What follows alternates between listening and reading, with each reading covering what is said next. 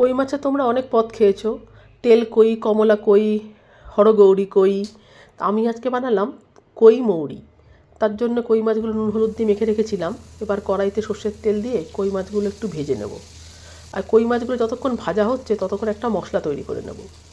তার জন্য নিয়েছি একটু কাঁচা মৌরি, আদা আর দুটো কাঁচা লঙ্কা। এবার এগুলো শিলপাটায় ভালো করে বেটে নিতে হবে।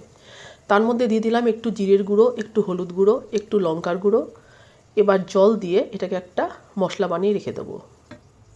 ভালো করে গুলিয়ে মশলাটা পরে আমার কাজে লাগবে। এতক্ষণে আমার কই মাছগুলো ভাজা প্রায় হয়ে এসছে। হ্যাঁ, একদম ভাজা হয়ে গেছে। এবার এগুলো তুলে রাখলাম। এবার ওই কড়াই তার একটু তেল দিয়ে অল্প দিয়ে দিলাম জিরে আর মৌরি ফোড়ন। এবার দেবো একটু তেজপাতা আর গোটা গরম মশলা।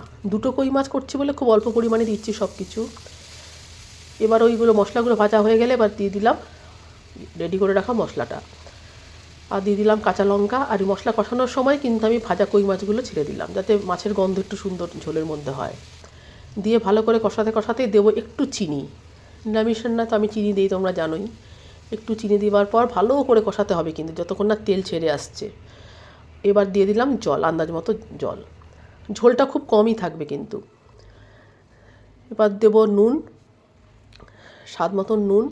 এবার কিছুক্ষণ হবার পরে এবার একটু কাঁচা ওই বাটাটা দেবো, যে আদা মৌরি আর কাঁচা লঙ্কা বেটেছিলাম, ওটা কাঁচা একটুখানি লাস্টের দিকে মিশাবো। আর ফাইনালি দিয়ে দেবো একটু গরম মশলা গুঁড়ো। ব্যাস রেডি হয়ে গেল আমার কই মৌরি। খেয়ে দেখো তোমরা, খুব ভালো লাগবে।